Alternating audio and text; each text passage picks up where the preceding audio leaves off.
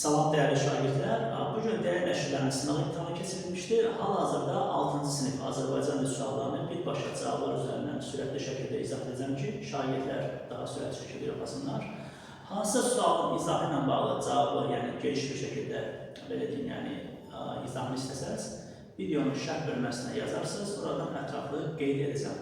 İndi isə vaxt itirmədən birbaşa sualların izahından başlayaq. Deməli, şagirdlərimiz yəqin ki, mətni diqqətlə oxuyurlar. Birinci mətnimiz İmran mətnidir. Burada səhvlər dairə ilə bağlı doğru fikir soruşur. Əgər diqqət edəsək, orada təbiətlə iç-içə yaşayan, öz işinin məsuliyyətlə yanaşan, təcrübəli bir meşəbəydən söhbət etdiyini görərik.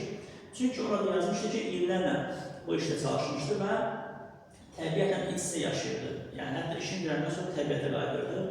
Ona görə B variantı doğru cavabdır. İndi isə keçək növbəti suala.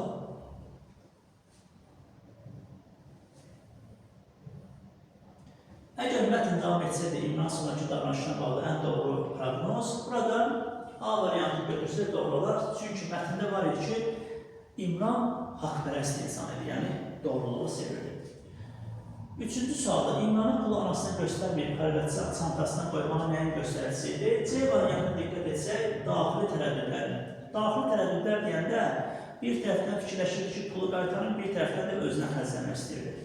Yəni, iki hiss arasında qalmışdı. Dördüncü sualda diqqət etsəz, mətndə quru sözü var idi. Quru sözü mətndə həqiqi mənada işlənmişdi. Burada isə fərqli mənada quru və sərt cavab verirdi. Bax, bu məcazi mənadır. Ona görə C variantını seçə bilərik. Beşinci sualda diqqət edəsək, yetişmiş palı qozaları. Burada üçüncü hissəni artırsaq, baxın, diqqətlə baxın.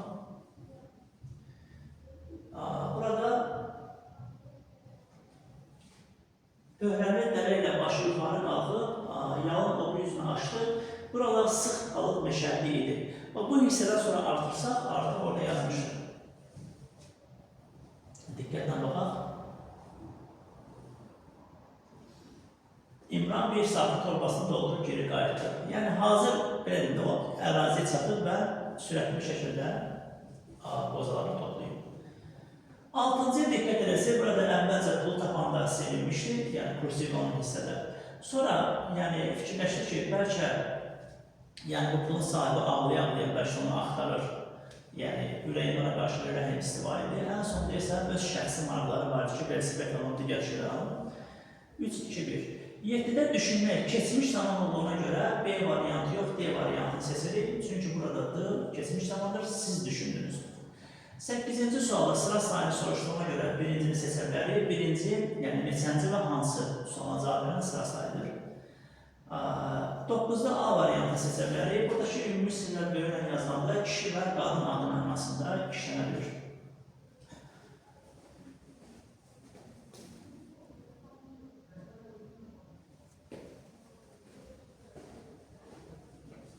Növbəti suala diqqət edək. Burada 10-cu sual var.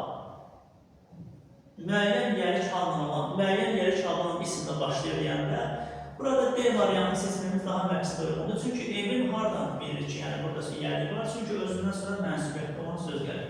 Pəncərələr ev aiddir. D variantı. 11-ci sualda şəxs şəkilçisini soruşduğuna görə buradakı D şəkilçisi şəxs sonluğudur, şəxs şəkilçisi. B variantını seçirik. 12-də burada qonaq sözündə qığız əvəzlənməsini soruşur. Sait gələndə qığı əvəzlənməsi olur.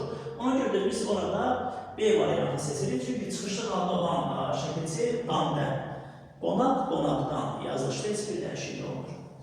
13-cü sualda digər variantlarda köklər eyni olduğuna görə antonim deyil. Amma A variantında döyüşkən kök dəyişik, sakit. Döyüşkən sakit. A variantını seçirik. 13-cü sualı dedik. 12-ci sualda qeyd edilmişik, gözdən qaçmışıq. 14-cü sualda qəhdan sözündə D-dan sonra samit gəlmə görə T olur, səs hərf tərkibi fərqlənir. Burada isə yanlışı seçdiyinə görə A variantını götürürük. Çünki A variantı yazır ki, fərqlənir. 15-ci sualda hansı bəndə eyni köklü sözlər verilmişdir? Burada li və daşın şəkilçisi Meksika olduğuna görə biz bilirik ki, eyni köklü sözlər yalnız düzəltmə olur. Ona görə D variantı düzəltmə sözlərindən ibarətdir və biz onu seçirik.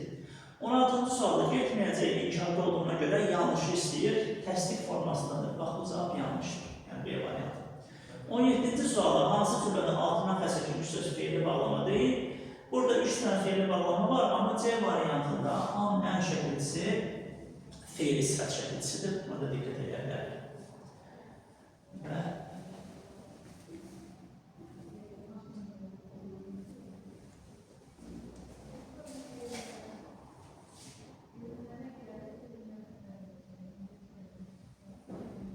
13-cü suala diqqət, 18-ci sual daha doğrusu, 17-ci suala qeyd edildik. 18-ci suala baxsaq, hansı cümlədə təyini əvəzli işlənmişdir? Burada öz sözünə baxa bilərək, hər bütün filan öz eyni təyini əvəzli olduğuna görə, biraz da yaxınlaşdırım ki, bir də şagirdlər yaxşı görməz. Biraz da yaxınlaşdırım. 18-də D variantını rahatlıqla götürə bilərik. 19-cu sualda biraz diqqət edəsək, məktəbi direktor tədbirdən sonra 6-cıları xüsusi olaraq təbrik etdi. 6-cılar burada sıra sahibi olduğuna görə isimləşib 6-cıları kimi onu yazılır. İbn-Sina mətninə keçək, şagirdlərimiz yəqin ki, mətni sürətli bir şəkildə, yəni həm sürətli, həm də belə deyil, yəni diqqətlə oxuyublar yəqin ki, vaxt məsələsinə görə. Biz birbaşa cavabları deyək. 20-ci sualda əl-qanun fi ktib, yəni bu variantı seçirik. Çünki İbn-Sinanın Avropada uzun müddət dəstək kimi istifadə olunan məşhur əsəri bu abzasda göstərilmişdir. Bax, bu abzasda. Oradan baxa bilərsiniz. Əl-qanun fi ktib. 21-ci sualda sağlamlığı qorumaqla bağlı bir neçə məlumat verilmişdir. Əgər diqqət eləsək, orada yalnız dərmanlar məsələsi yox idi. Dərmanlar, yalnız dərmanlardan asılı olmaq. Keçək digər suallara.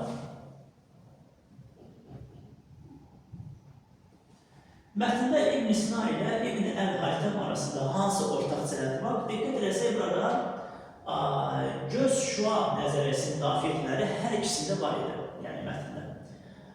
23-cü sualda göz xəstəliyi ilə bağlı İbn-Sina hansı kəşflər etmişdir? Qar korluğu ilə bağlı onun məlumatı var ki, eyni nöqtəyə baxmaq, yəni ağ olan bir şeyə baxmaq bu xəstəliyi yarada bilər.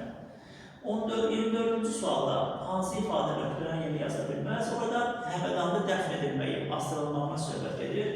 Ölən adamı təbii ki, müalicə etmək olmaz, bu yanlışdır. 25-də kursivlə verilmiş cümlədə bir şey bilməyə maraq göstərmək, orada bir şey bilməyə, öyrənməyə diqqət göstərmək sözünü soruşur. Orada maraqlanmaq sözü, kursivdə olan maraqlanmaq sözünü buna yaza bilərsiniz.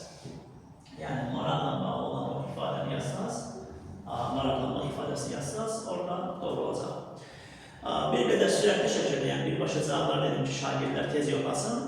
Əgər video sizin üçün faydalı olursa, videonu bəyənməyi və kanala abunə olmağı unutmayın. Təklif və iradlarınızı şərh bölməsindən də yaza bilərsiniz. Diqqətinizə görə təşəkkür edirəm.